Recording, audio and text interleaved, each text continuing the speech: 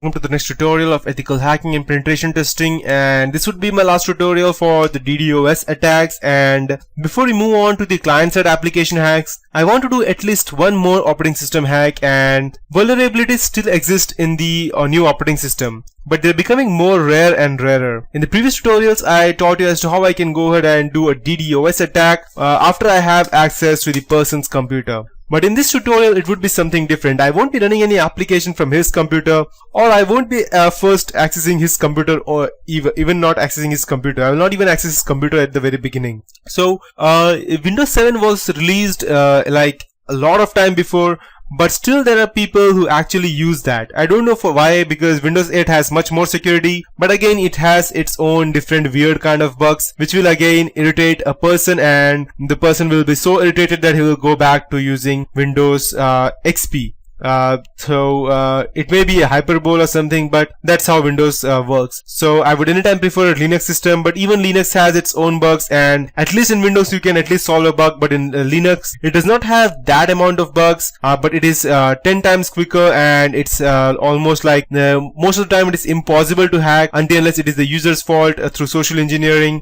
And Linux is almost vulnerable to most of the kinds of attacks unless the person is extremely intelligent, and he tries to go ahead and find some bugs in the kernels and tries to inject his virus inside that, and that also through the source file, that is through the source website, which is again almost like nearly impossible to do, but not impossible. So besides the Linux talk, in this hack I will take advantage of the flaw in the Windows 7 and the Windows Server 2000 operating system that will create an infinite loop and crash the system. Although this is not nearly as much fun as owning the system, it can be very destructive to an institution that relies upon this system to run their organization. And as you can see, most of the operating system, or even I'll just go ahead and show you the Microsoft website. You can go ahead and use the techniques such as the DNS one, which I taught you in the previous tutorials, in these different tools, through which I can go ahead and actually gather the information as to which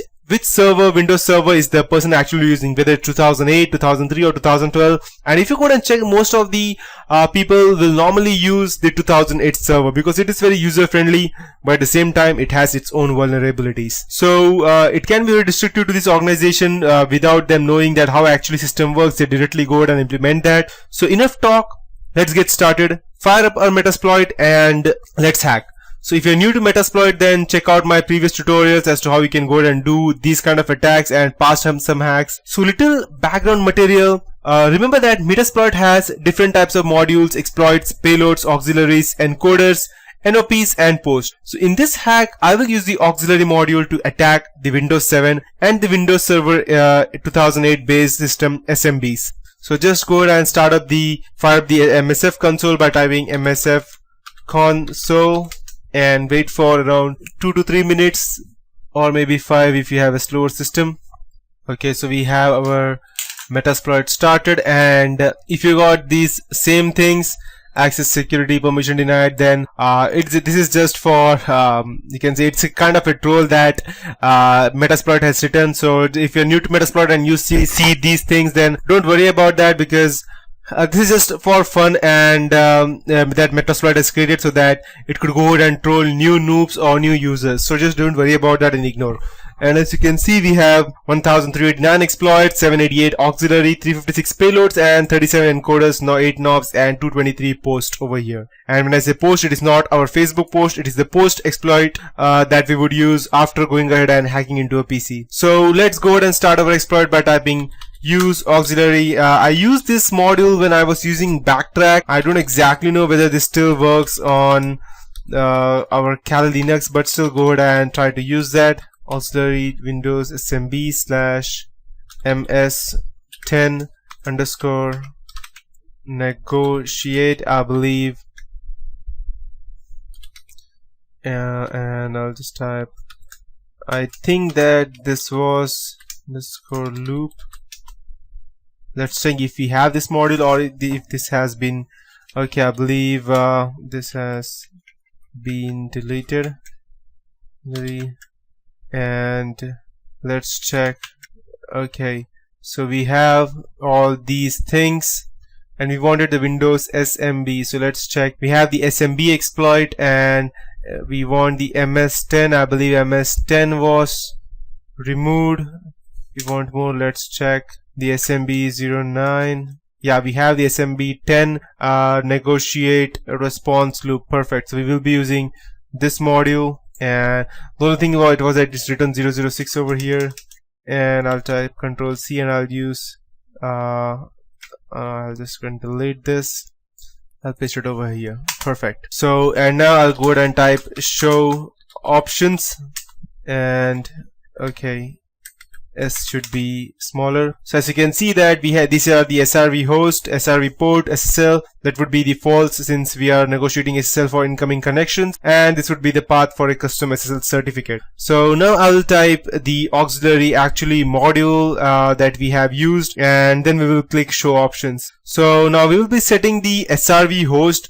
So and we will type the SRV host by going ahead and typing SET, and let's say, so we will be using the SRV, we will be setting up the SRV host that is our computer. So I'll just type ifconfig, and this is my IP address. In your case it would be different. So I'll just type set in capital. Make sure that you write it exactly as it is, or you can just copy paste it from over to here. Set SRV host and just type paste and hit enter. We have set our SRV host.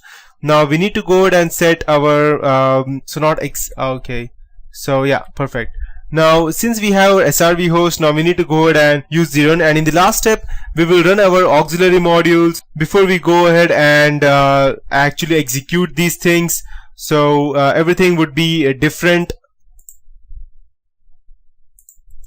So now this would be the last step that I would be doing, is that, and we will run the auxiliary module, and once the auxiliary module executes, it generates a shared folder link, which then you can go ahead and send to the target machine. And in this case the link would be something different. So I'll just type run over here.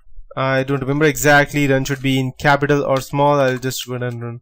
Okay, perfect, it is running, and trigger the vulnerable client to try to access shared anything. And so what I would do is that I'll just go ahead and copy this, and I'll go to this website over here.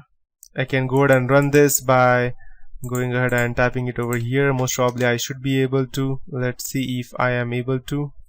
As you can see, my computer has become a bit slow. It will probably hang itself. Perfect.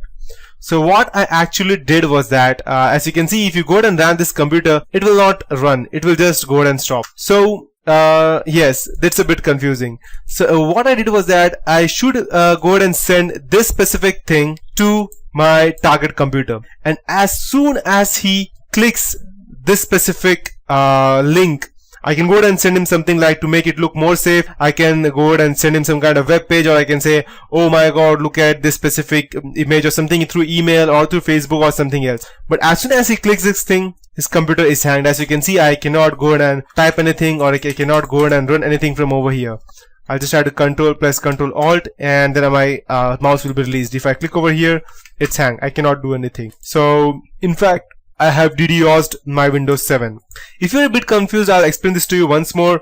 I created this is a SMB loop over here. As you can see, I used this specific payload to go ahead and attack this computer, and then I went ahead and created this specific link. So I just needed to go ahead and send this specific link to our target, and as soon as he clicked this link or ran this link through the browser or through run or through any other thing, this computer will freeze and it will not move, or nothing will happen in his computer. As you can see, not even the numlock option will be running. So yes, that is it for this tutorial. You can just go ahead and send any random links to the person's computer, and he will be able to he will just crash his own computer by himself, and he won't even come to know what exactly happened. So that's it guys for this tutorial, and that would be the last tutorial for the DDoSing of a computer or through Kali Linux or for the DDoS. In the next tutorial, we will be taking a look at how we can go ahead and actually hack into an Android system. But as I don't have an Android